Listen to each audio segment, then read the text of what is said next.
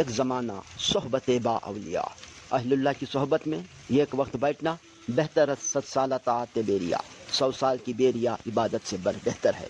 اگر تو سنگ خارے مرمر شوی، اگر تم سخت پتھر ہو، اولیاء کی صحبت میں بیٹھنے سے سنگ مرمر بن جاؤ گے۔ کیوں با صاحب دل رسی گوہر شوی، جب تم صاحب دل کی صحبت میں پہنچو گے تو قیمتی بن جاؤ گے۔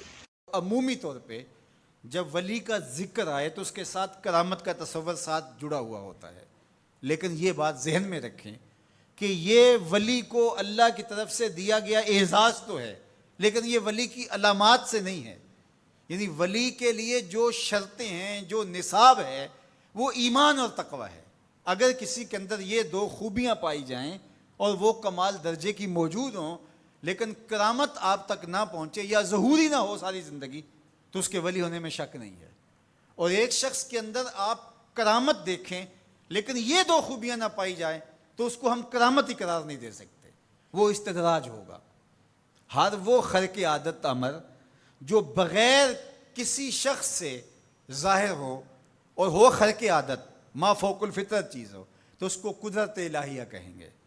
اور اگر وہ نبی کے ہاتھوں سے اعلان نبوت سے پہلے صادر ہو جائے تو اسے ارہاس کہا جاتا ہے۔ اعلان نبوت کے بعد ظاہر ہو تو اسے معجزہ کہا جاتا ہے، اور وہی چیز کسی ولی کے ہاتھ سے ظاہر ہو تو اسے کرامت کہا جاتا ہے۔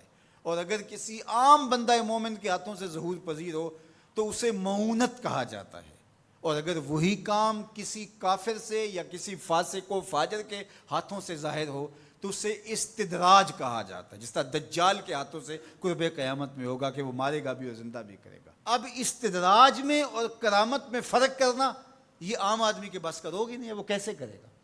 تو اس کے لیے سادہ کلیہ یہ ہے کہ ایمان اور تقوی کی شرط کے ساتھ اس چیز کو کرامت کہا جائے گا، اور اگر یہ دونوں شرطیں نہیں پائی جا رہی تو وہ پھر استدراج ہوگا۔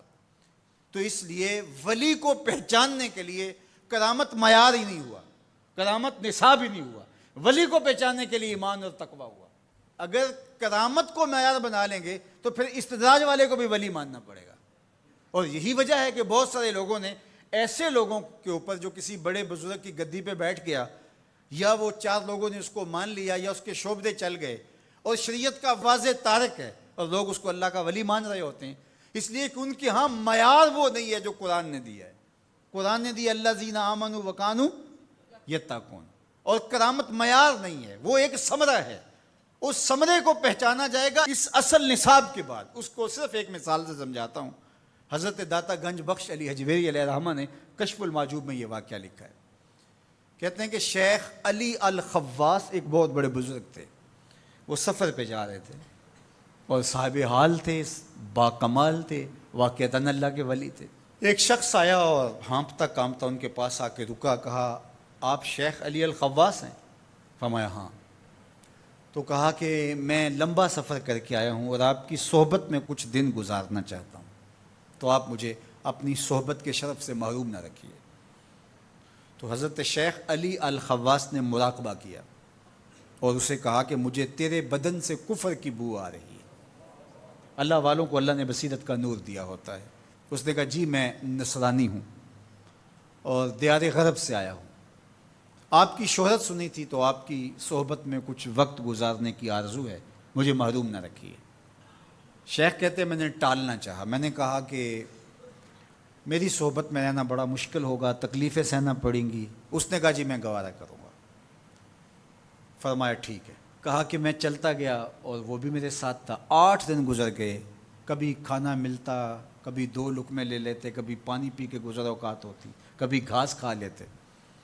ایک دن اس کا وجود کپ کپا رہا تھا بھوک کی شدت کی وجہ سے۔ اس نے مجھے کہا شیخ آپ اللہ کے بندے ہیں، میں نے عہد تو کیا تھا کہ کوئی آپ سے مطالبہ نہ کر پاؤں، لیکن اب میری سخت جواب دے گئی، تو آپ اللہ کے مقرب ہیں، تو اللہ کے اس قرب کی وجہ سے اس سے دعا کیجئے تو وہ میرے اور آپ کے کھانے کا انتظام کر دے۔ کہتے ہیں کہ میں اس کی حالت کو دیکھ کر کے سجدہ ریز ہو گیا اور اللہ کی بارگاہ میں نے یہ دعا کی مالک اس کافر کے سامنے رسوا نہ کرنا۔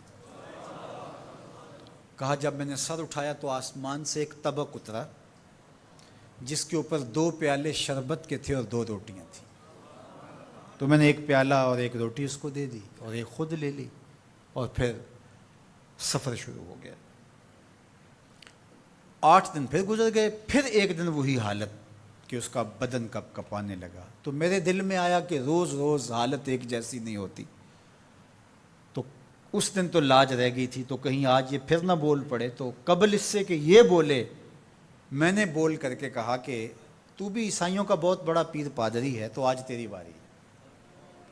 تو کہتے ہیں جب میں نے اس کو کہا تو اس نے بھی سجدے میں سر رکھ دیا. اور میں دل ہی دل میں سوچا کہ اس کا سجدہ ریز ہونا کیا معنی رکھتا ہے جب ایمان ہی نہیں ہے. تھوڑی دیر کے بعد جب اس نے سر اٹھایا تو آسمان سے بھی طبق اترا جس پر 4 پیالے شربت کے اور 4 روٹیاں تھیں. اس نے 2 روٹیاں اور 2 پیالے میری طرف بڑھائے اور 2 پیالے اور 2 روٹیاں اپنی طرف کر لیں اور کہا کہ کل یا شیخ کھائیے. میں نے کہا میں نہیں کھاؤں گا، اس لیے کہ کرامت ہو نہیں سکتی اور استدراج کا کھانا جو ہے وہ میں کھا نہیں سکتا. چونکہ تم کافر ہو تو میں استدراج کا کھانا کھاؤں تو یہ نہیں ہو سکتا.